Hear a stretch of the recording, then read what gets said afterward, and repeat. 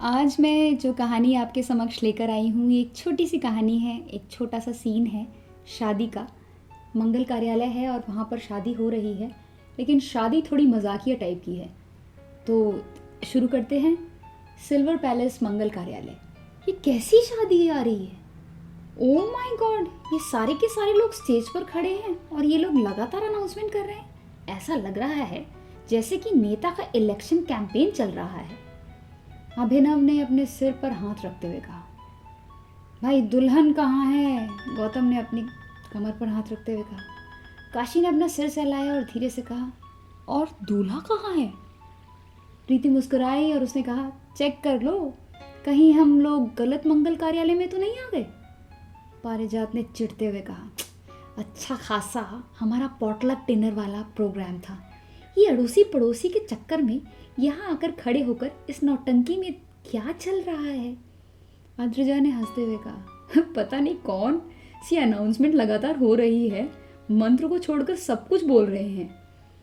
मिताली ने तुरंत कहा, अरे भाई ये रोका है या फिर इलेक्शन कैंपेन? इतने सारे लोग स्टेज पर खड़े हैं, हद है भाई। पिनाक ने जोर से कहा, ऐसा लग रहा है जैसे इनका मैनिफेस्टो रिलीज हो रहा है, बेवकूफ कहीं के। मृणाल ने कहा, दूल्हे के माँ बाप कहीं दिखाई नहीं दे रहे। अद्रिजा ने प्यार से कहा, सारा स्टेज नेता और नेता के चमचों से भरा हुआ है, फिर कौन जाने कौन क्या कह रहा है, कुछ समझ में ही नहीं आ रहा। हद है भाई, ये शादी है कि पूरा फुल ऑन ड्रामा? स्टेज पर तो नहीं जा सकते, इनके साथ और जाकर भीड़ कौन मचाएगा? और दूल्हा दुल्हन के माँ बाप बेचारे कहाँ हैं? तभी पारिजात ने कहा, मुझे तो नहीं लगता कि यहाँ पे खाने के लिए कुछ भी मिलने वाला है। तभी वेद ने कहा, सवाल ही पैदा नहीं होता, अगर इन्होंने खाने का स्टॉल खोल दिया तो इनकी बकवास कौन सुनेगा, सब खाने पर टूट पड़ेंगे। पार्थ ने एक टेढ़ी सी स्माइल के साथ कहा, यार इनका स्टॉल भी तो इनके इतने सारे लोगों के सामने कम पड़ जाएगा। मुझे तो लगता है कि तकरीबन 5,000 लोग यहाँ आए हैं और स्टॉल जो है सिर्फ 2 है, कैसे पूरा पड़ेगा? उदयन ने हंसते हुए कहा, बहुत नाइंसाफी है। शिविका ने स्तुति के कंधे पर हाथ रखा और कहा, मैं तो ये खाने का म्यूजिकल चेयर नहीं खेल सकती। मुझे क्यों ऐसा लग रहा है कि वो कमीना हम्फी भी यहाँ पे आया हुआ है और उसके लोग भी मौजूद हैं। पार्थ ने गंभीरता के साथ कहा, मुझे भी ऐसा ही लग रहा है। स्तुति ने सिर पकड़ लिया और कहा, किसी को धक्का मार के पहले मेरा नंबर आ जाए ये हम में से कोई नहीं कर सकता, इसीलिए बुफे सिस्टम तो भूल जाओ, मैं घर जाना चाहती हूँ। श्रुति ने तुरंत कहा, हाँ अपनी प्रेजेंटी लगा लो, घर जाकर पॉटलक डिनर कंटिन्यू कर लेंगे। अद्रिजा ने अपने हाथों में लिया हुआ बुके देखा, वहीं रीति भी अपना बुके देख रही थी। फाइनली मृणाल ने अपने बुके को देखते हुए कहा, इसे दे देते हैं और आंटी को देंगे ताकि उन्हें पता तो चले कि हम सब के सब यहाँ पर आए थे। पारिजात ने चिढ़ते हुए कहा, इसे जल्दी से देकर मैं यहाँ से भागना चाहती हूँ, इतनी भीड़ में मेरा सिर दर्द हो रहा है। तभी काशी ने दूर से कन्हैया और आतिश को देखा। काशी ने प्यार से कहा, मैं अभी आता हूँ।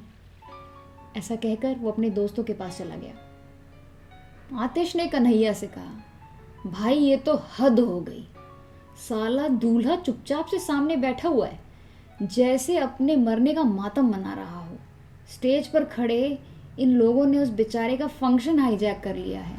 कन्हैया ने मुस्कुराते हुए कहा, एक बार ही शादी हो जाए, उसको भी नेताओं ने बेचारों ने अपने फायदे के लिए यूज़ कर लिया। बेचारे का भाग फूट गया भैया। मतलब ये लोग तो हद हैं यार, क्या कहें इनके बारे में। नेता लोग ना अति कर देते हैं कभी कभी, कुछ भी कहिए। तभी आतिश ने कंधे पर देखा कि उसके हाथ किसी ने रखा है। उसने गुस्से में कहा, कौन है बे? उसने जैसे ही पीछे मुड़कर देखा तो वो खुश हो गया। उसके पीछे कोई और नहीं, काशी खड़ा था। काशी ने प्यार से कहा, अरे तू है, तू यहाँ क्या कर रहा है? काशी ने अपनी जेब में हाथ डाला और कहा, साले फ्री लोडर्स, तुम लोग यहाँ क्या कर रहे हो? हाँ, कहीं झूठ मूठ का तो यहाँ नहीं घुसाए हो? अब तुम दोनों ये बताओ कि तुम दोनों यहाँ क्या कर रहे हो। तो ये थी सारी नोक झोंक एक रोके के फंक्शन की, जहाँ पे सब लोग पहुँचे थे और वहाँ पे बहुत सारा हंगामा हो रहा था। ये मैंने एक मनोरंजन के तौर पे आपको सुनाया है, ये मेरी एक नॉवल से है, उसका नाम है अल्टीमेट लव। आशा करती हूँ कि आप लोगों ने इसे सुनकर बहुत सारा इन्जॉयमेंट महसूस किया होगा कि शादी के फंक्शन में किस तरह का माहौल हो जाता है। मतलब ये शादी का नहीं, ये रोके का फंक्शन था, और क्या क्या लोगों पर बीतती है, मेहमान क्या सोचते हैं, कुछ अलग तरीके के लोग क्या सोचते हैं।